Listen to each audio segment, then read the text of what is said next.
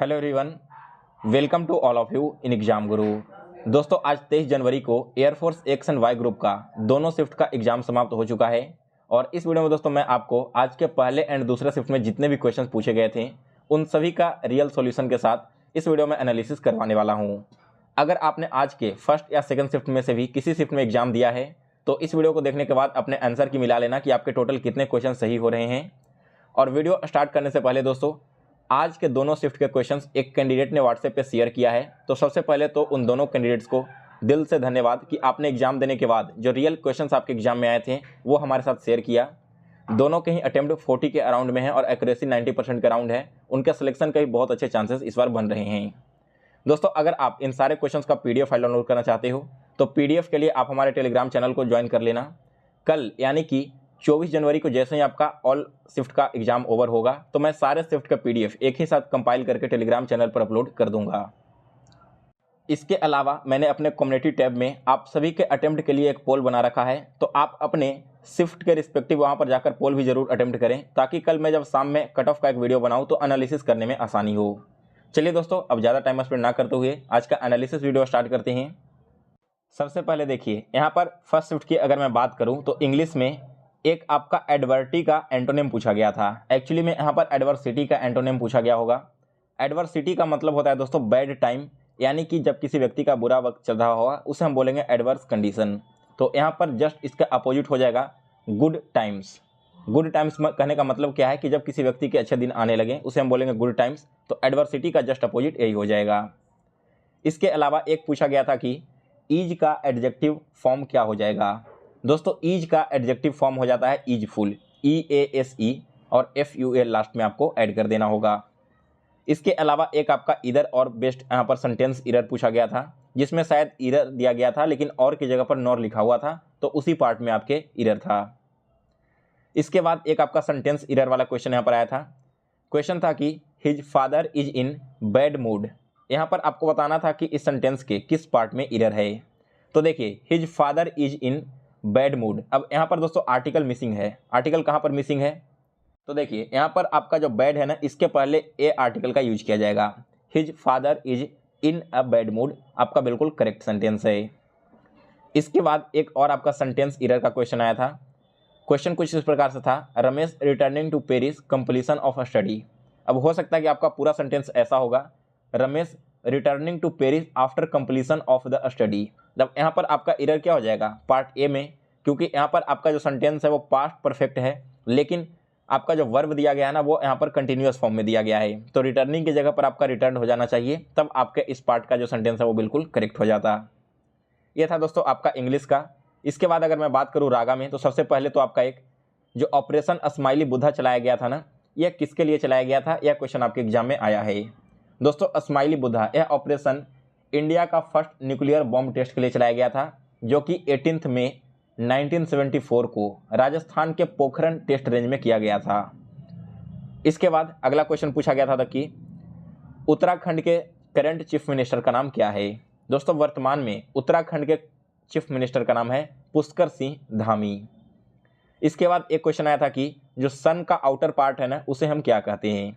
दोस्तों, सन के outer part को कहा जाता है कोरोना। यहाँ पर कोरोना कोविड वाली बात नहीं हो रही है, इसे हिंदी में हम सूर्य किरीट के नाम से जानते हैं। ये आपका सबसे आउटर पार्ट जो है सन का वो होता है। इसके बाद पूछा गया था कि बुद्ध किस वंश से रिलेटेड थे। एक्चुअली में दोस्तों वे रिलेटेड थे इक्ष्वाकु वंश से। ठीक है, यहाँ पर राइट आंसर हो जाएगा इस क्वेश्चन का, इक्ष्वाकु वंश से वे रिलेटेड थे भगवान बुद्ध। फिर आपके 5 नॉन वर्बल वाले यहाँ पर क्वेश्चन पूछे गए थे। मैथ्स की अगर मैं बात करूँ तो मैथ्स में आपका एक पास एंड फेल परसेंटेज वाला क्वेश्चन आया है। ऐसे क्वेश्चन मैंने आपको जब परसेंटेज का चैप्टर अपलोड किया था उस समय ऑलरेडी करवा रखा हूँ। इसमें देखिए क्या था कि मैथ्स में 30% लाकर 10 नंबर से फेल हो जाता है और 40% लाकर 15 नंबर ज़्यादा है तो पासिंग मार्क्स क्या होगा। देखिए, पहले वो कितना ला रहा है, 30% ला रहा है, अब ला रहा है 40%। तो यहाँ पर इसका जो इंक्रीज हो रहा है ना परसेंटेज, वो 10% का हो रहा है। और नंबर कितना इंक्रीज हो रहा है, तो पास होने से 10 नंबर कम था पहले और अब पास होने से 15 नंबर ज़्यादा है। यानी कि जब यह 10% नंबर इंक्रीज कर रहा है तो टोटल नंबर रियल में 25% इंक्रीज कर रहा है। एक्चुअली में 25% नहीं, 25 नंबर इंक्रीज कर रहा है। तो यहाँ से हम फुल नंबर फाइंड कर सकते हैं। कैसे करेंगे, तो यहाँ पर आप यूनिटरी मेथड को लगाओ कि यदि 10% का वैल्यू 25 है तो 1% का वैल्यू क्या होगा 25/10। हमें टोटल मार्क्स पहले निकालना होगा, तो 100% का वैल्यू क्या हो जाएगा, शून्य से शून्य कैंसिल होगा, 25 × 10 क्या हो जाएगा 250। अब बताओ कि हमारा टोटल मार्क्स एग्जाम में कितना है 250 है। अगर हम इसका 30% निकाल कर देखते हैं तो 30% क्या हो जाएगा, इसका 75 हो जाएगा। और कहा यह गया है कि 30% नंबर आने के बाद भी उसे 10 नंबर और चाहिए पास होने के लिए, यानी कि इस 75 में आप 10 नंबर और ऐड कर दो तो जो 85 मार्क्स है ना, ये आपका पासिंग मार्क्स है आउट ऑफ 250। यहाँ पर राइट आंसर हो जाता है इस क्वेश्चन का 85 मार्क्स। इसके बाद एक आपका मार्क प्राइज एंड डिस्काउंट पर क्वेश्चन है। 50 रुपये की एक चीज को 8% अंकित करता है और 10% डिस्काउंट देता है, तो सेलिंग प्राइस बताइए। कोई एक ऑब्जेक्ट है कितने का, 50 रुपये का। अब इसे अंकित कर रहा है इसके दाम से 8% ज़्यादा, यानी कि दोस्तों 100% तो ये पहले से ही था, 8% और ज़्यादा करने का मतलब क्या है कि यह आपका अब 108% हो गया। तो यहाँ से हम क्या करेंगे, इसका मार्केट प्राइस निकाल लेंगे। मार्केट प्राइस कैसे निकलेगा, तो 50 से 100 कटेगा 2 बार में, 2 से 108 कटेगा 54 बार में, यानी कि दोस्तों इस ऑब्जेक्ट का मार्केट प्राइस हो गया 54 रुपये। अब कहा क्या गया है कि इस पर 10% का डिस्काउंट देता है, तो 54 में से अगर आप 10% का डिस्काउंट निकाल लोगे तो कितने का आ जाएगा, यहाँ पर 10 से 54 को डिवाइड करोगे तो 5/4, यानी कि दोस्तों 54 में से हमें और कितना करना होगा, 5.4 रुपये हमें माइनस कर देनी होंगी। तो यहाँ पर माइनस करोगे तो 6 आएगा, 13 में से 5 का कितना बचेगा, 8 बचेगा, और इधर आपका 4 बच जाएगा। यानी कि दोस्तों इसका जो सेलिंग प्राइस है ना डिस्काउंट के बाद, वो आपका हो जाएगा 48.6 रुपीज़। इसके अलावा दोस्तों एक क्वेश्चन यहाँ पर आया था कि ए बी तक 4 किलोमीटर पर आवर से जाता है और बी से ए तक 6 किलोमीटर पर आवर से आता है, तो दोनों का रेशियो बताइए।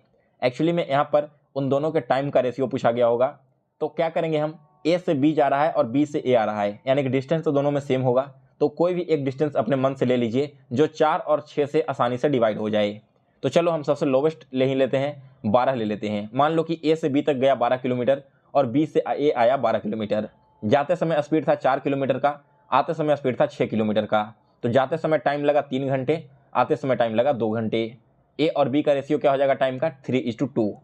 वही अगर 12 से भी एक्स्ट्रा और कुछ लेकर देखो, मान लो हम 24 ही ले लेते हैं, तब भी क्या हो जाएगा आपका, ये 4 से जा रहा है, ये 6 से जा रहा है, तो यहाँ पर आ जाएगा 6, ये आपका आ जाएगा 4। फिर से इसे आप सॉर्ट करोगे तो 3:2 ही आ जाएगा। तो इस क्वेश्चन का राइट आंसर था ए और बी के टाइम का रेशियो 3:2 हो जाएगा। तो ये था दोस्तों आपका क्वेश्चन। इसके अलावा एक और पूछा गया था कि ए बी से मोटा है, बी सी से पतला है, इस प्रकार का क्वेश्चन। मैंने पिछले 2 दिनों से कैंडिडेट से बात किया है और लगभग हर एक शिफ्ट में मुझे इस प्रकार के क्वेश्चन देखने को मिले हैं। ऐसे ही क्वेश्चन दोस्तों आपके IBPS यानी कि बैंकिंग के एग्जाम में भी पूछे जाते हैं, लेकिन एयरफोर्स में ऐसे क्वेश्चन इससे पहले ज़्यादा नहीं पूछा जाता था। इस बार इसका ट्रेंड बहुत ज़्यादा देखने को मिल रहा है। अब आगे हम लोग प्रैक्टिस करेंगे तो ऐसे क्वेश्चन भी आपको ध्यान देना होगा। इसके अलावा आपको सीटिंग अरेंजमेंट वाले क्वेश्चन पर भी फोकस करना होगा, क्योंकि सीटिंग अरेंजमेंट का लेवल नॉर्मल रीजनिंग से काफ़ी हाई होता है। यहाँ पर देखिए क्या क्या पूछा गया था। सबसे पहले तो आपका मोटा पतला वाला पूछा गया था। इसके अलावा पूछा गया था कि प्रेसिडेंट यानी कि राष्ट्रपति को शपथ कौन दिलाता है। दोस्तों राष्ट्रपति को शपथ दिलाते हैं चीफ जस्टिस ऑफ इंडिया, यानी कि जो भारत के मुख्य न्यायाधीश होते हैं वो। फिर पूछा गया था कि under 19 ICC mains world cup किसने जीता है। दोस्तों यह जीता है इंडिया ने, और यह एक्चुअली में आपका फरवरी 2022 में हुआ था। इंग्लैंड को हराकर इंडिया ने यह आपका वर्ल्ड कप जीता है। ये था दोस्तों आपका टोटल फर्स्ट शिफ्ट का क्वेश्चन। अब देखते हैं कि सेकंड शिफ्ट में क्या क्या क्वेश्चन पूछे गए थे।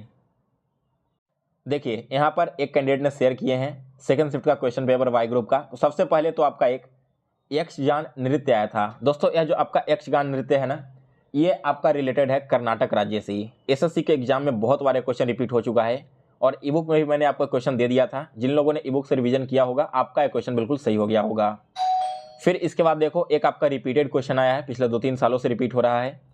अंतर्राष्ट्रीय न्यायालय कहाँ पर स्थित है। दोस्तों आपका जो अंतर्राष्ट्रीय न्यायालय है ना, यह स्थित है हेग में, और हेग कहाँ में है, तो ये आपके नीदरलैंड कंट्री में है।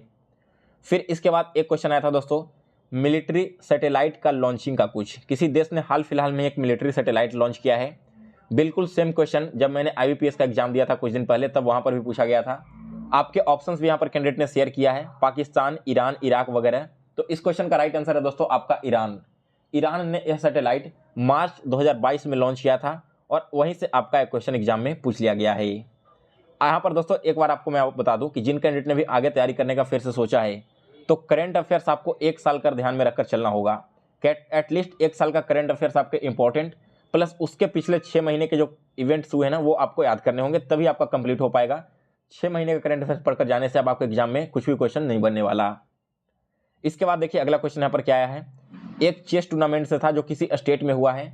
तो यह क्वेश्चन मैंने गूगल में सर्च किया और मुझे पता चला कि 44वां टूर्नामेंट आपका हुआ था चेस का, और यह कहाँ में हुआ है, तो 10 अगस्त 2022 को तमिलनाडु राज्य में करवाया गया था।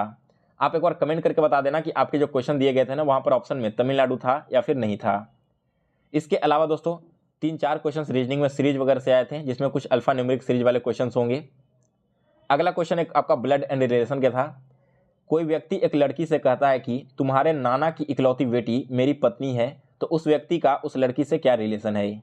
अब यहाँ पर देखिए मैं आपको डायरेक्ट रिलेशन से समझाता हूँ। मान लो कि यहाँ पर आपके जो फादर हुए वो आपकी बहन को कहते हैं कि तुम्हारे नाना की इकलौती बेटी वो मेरी पत्नी है, तो कहने का मतलब यहाँ पर क्या है कि वो जो व्यक्ति है ना वो उस लड़की का क्या लगेगा, फादर यहाँ पर लगेगा। तो फादर और डॉटर का रिलेशन यहाँ पर बन रहा था।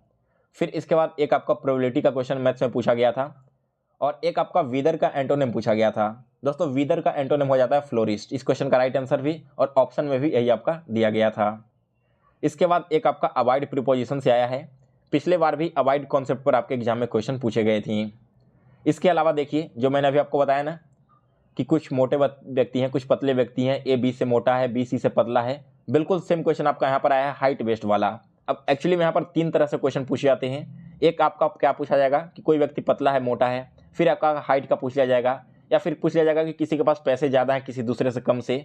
बस आपके कॉन्सेप्ट वही यूज होते हैं, आपके डेटा अलग और कंडीशन अलग दिए रहते हैं। तो सेकंड शिफ्ट में भी आपका बिल्कुल सिमिलर क्वेश्चन एक देखने को मिला है। इसके अलावा 4 इंग्लिश में पैराग्राफ से थे, और एक पैराग्राफ जो है वो हार्ड आया था। एक्चुअली में यहाँ पर पैसेज की बात की जा रही है, तो पैसेज में आपके हार्ड आए थे। इंग्लिश में पारा और रागा में जीके को छोड़कर सारा पेपर ईजी था। यानी कि दोस्तों जो आपने पहले ट्रेंड देखा था कि आपके मैथ्स हार्ड आ रहे थे, वो यहाँ पर आज के शिफ्ट में, चाहे वो मॉर्निंग का शिफ्ट हो या फिर आपका इवनिंग का शिफ्ट हो, मैथ्स का लेवल ईजी हुआ है। बाकी इंग्लिश में आपके पैसेज थोड़े मुश्किल आए थे। जहाँ तक मेरा शिफ्ट का सवाल है, जब मैंने पिछली बार एग्जाम दिया था तो वहाँ पर भी पैसेज काफ़ी हाई लेवल के देखने को मिले थे, और मुझे बिल्कुल उम्मीद है कि वैसे ही पैसेज आपको आज के भी पेपर में देखने को मिला होगा। तो ओवरऑल दोस्तों मैं आपको एक ही चीज़ कहना चाहूँगा कि जितने भी शिफ्ट हुए हैं, ऐसा नहीं है कि किसी शिफ्ट में बहुत हार्ड हो गया, किसी शिफ्ट में बहुत ईजी हो गया। अब हो सकता है कि आपके शिफ्ट में मैथ्स हार्ड आया था तो इंग्लिश और जीके ईजी होगा, जिनका शिफ्ट में इंग्लिश हार्ड आया तो मैथ्स एंड रीजनिंग ईजी होंगे। सभी का पेपर कहीं ना कहीं एक बैलेंस वे में बनाया गया है। बाकी अगर आपने एक्यूरेसी मेंटेन किया होगा तो आपको नॉर्मलाइजेशन का बहुत ज़्यादा फायदा मिलेगा। बैंकिंग एग्जाम में तो आपका एक्यूरेसी ही मैटर करता है। अगर आपने एक्यूरेसी अच्छे से किया है तो आपका रिजल्ट हो जाता है, एक्यूरेसी खराब कर दिया तो रिजल्ट रुक जाता है। अब देखना यह होगा कि एयरफोर्स इस बार एसएससी के तर्ज पर अपनी नॉर्मलाइजेशन प्रोसेस को लागू करता है या फिर बैंकिंग के तर्ज पर करता है, वो तो कंफर्म रिजल्ट आने के बाद ही पता चल पाएगा। एक बार आप सभी लोग कमेंट करके अपना स्कोर भी शेयर कर दीजिए कि आपने कितने क्वेश्चन अटेम्प्ट किए हैं। कल इवनिंग में आपको सभी शिफ्ट एंड होने के बाद मैंने पोल करवा रखा है, और लगभग 25,000 से भी ज़्यादा कैंडिडेट का डेटा मेरे पास आ चुका है। उन सभी डेटा को एनालाइज करने के बाद शाम में आपको कट ऑफ का वीडियो अपलोड कर दूंगा। तो आप सभी लोग चैनल को सब्सक्राइब किए रहिए। इसके अलावा बेल नोटिफिकेशन को भी ऑन कर लीजिए ताकि नेक्स्ट वीडियो का नोटिफिकेशन आपको तक सबसे पहले पहुंच जाए। साथ ही में दोस्तों अगर आप फेज 2 की तैयारी करना चाहते हैं तब आप कमेंट करके बता देना। मैं फेज 2 के लिए भी कंप्लीट स्टडी मटेरियल्स प्लस ई बुक तैयार करने में लगा हुआ हूँ। 2 से 3 दिनों के अंदर ही आप सभी के लिए लॉन्च कर दिया जाएगा। सो गाइज फिलहाल इस वीडियो में बस इतना ही। मिलते हैं फिर से नेक्स्ट वीडियो में, तब तक के लिए जय हिंद, जय भारत।